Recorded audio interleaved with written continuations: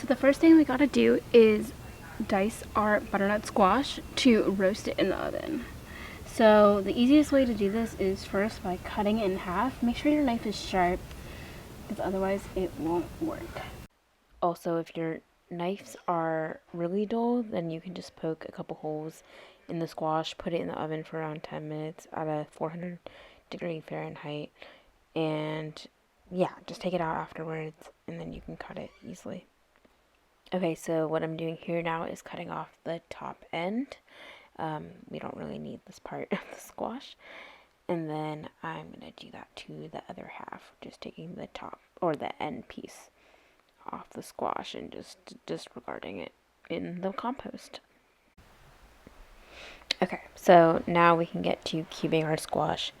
I'm just taking one of those halves, cutting it in half yet again. It doesn't have to be perfect.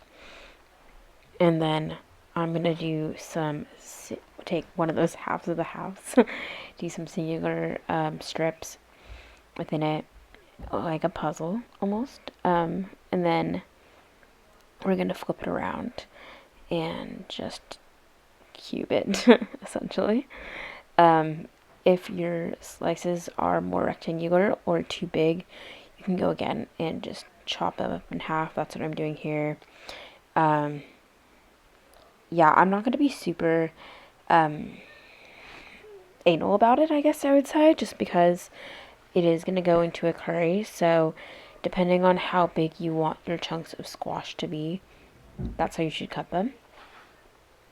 And here I'm just showing you guys the same process, but with the other half, which has seeds. So I'm taking the seeds out. You can roast these. These are really good with some olive oil and salt. You can add a lot of nice spices like cinnamon, or you can make them herby, or you can make them spicy. Yeah, definitely seed save. I highly recommend. And once you scoop them out, you can start cubing this half of the squash as well by doing the same method. But I'm also showing you guys a different method, just if you guys want to cut it differently. Yeah, either way works. Really depends on what is best for you. Okay, so now we're moving on to putting it onto a baking sheet.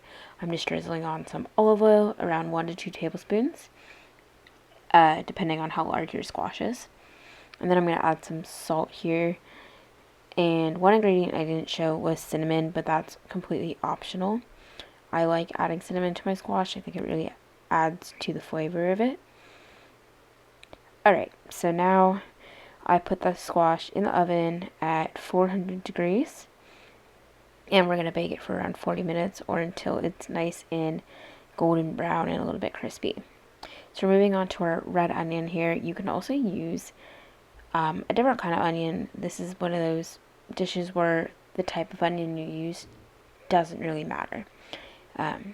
Essentially, it doesn't matter at all. So we're cutting in half, and then I'm just doing a nice method of giving it really thin slices, cutting it the opposite way, and that way I just get a really fine dice, and I don't have to worry too much about chopping it a bunch and making it really messy. This is just fast and easy. I personally like cutting my onions this way. I'm just showing you the other half again now, just thin strips, and then turning it around and dicing it.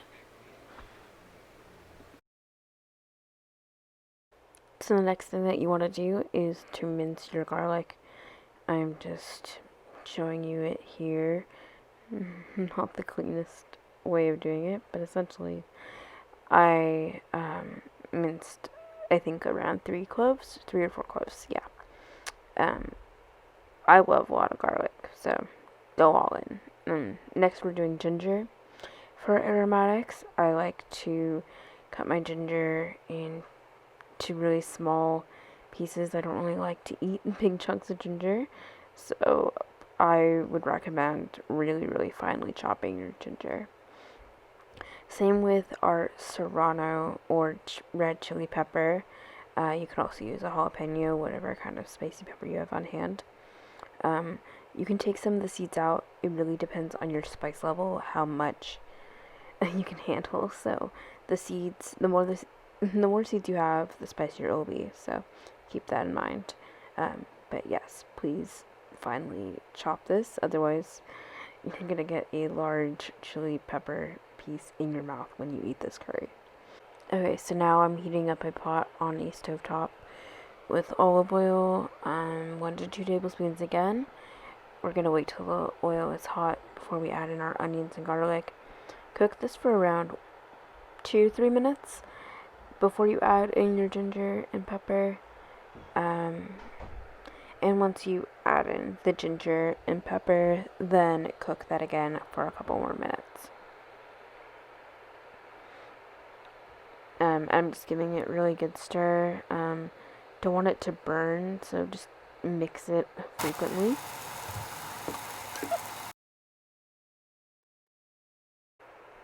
Okay, so here are just a few veggies that we're about to start cutting, and we're going to first start with our tomato. I like to add 3 to 4 tomatoes in this curry. It also depends on the size. These are kind of on the smaller side, so I'm doing around 4. I think I might have only shown like 2 or 3 in this video, but I'm doing a method where I kind of like the onion, where I cut it in half and then give it some slices and then turn around and dice it really finely. This also doesn't need to be perfect because it will be cooked in the curry, and it can be in larger chunks, so don't worry too much on the method. And I'm just repeating this process with the other tomato, of slicing it like 4 ways on one side and then repeating the process again in a diced mode. And once you're done dicing all your tomatoes, you can place them all into your pot with the onion, garlic, ginger, and pepper. And we're gonna, yet again, give this a really good mix, saute it a lot. We really want the aromatics in the tomato to bring out a lot of their flavors. And while that's cooking a little bit, make sure it's on a low heat so it doesn't burn. We're gonna go ahead and julienne our bell pepper. If you don't know what julienne means, it means cutting it into strips, essentially. So I'm coring it, and then we're gonna flatten the bell pepper. I'm gonna cut it into strips. These are really long, so I'm gonna, after I slice them, I'm gonna cut them in half, just so we don't have super long chunks of bell pepper. And I'm just repeating the process with the other half. And yeah, I really like having strips of bell pepper in curry. I think it's really fun, and it's kind of how a traditional curry normally would be like. They normally don't dice their bell pepper in a curry. It's normally in strips, so I want to replicate that. And next, I'm also adding green beans later on in the curry, so we're just gonna roughly chop these into like 3s. We don't really want super long chunks of green beans, so I like to just do a couple of chunks. Okay, so I added here a couple cups of water, and then some veggie bouillon paste, which I did not show. Then I also already added in the bell pepper. I don't know why I didn't film this part, but those things have been added. And then also, once the bell pepper has been cooking for around 10 minutes in the broth, I'm gonna add in my green beans and some coconut milk. And once your curry has been cooking for at least 20 minutes, you can add in your cilantro, and spinach. And for this one, I actually added some rainbow chard, which is what I had on hand, and which is what the pantry had on hand. So that's a perfect substitute for doing like this recipe. Like even with kale would be great. And I also added some lime juice in. The lime juice really brings out the flavor, in my opinion. Okay, so now I'm gonna be cooking up some tofu in a separate pan. So I'm pressing it with a towel. You don't want the tofu to be wet. You really need it to be dry. Otherwise, it's gonna crumble and break and won't turn out the way you want it. And so for this recipe, I'm cubing my tofu.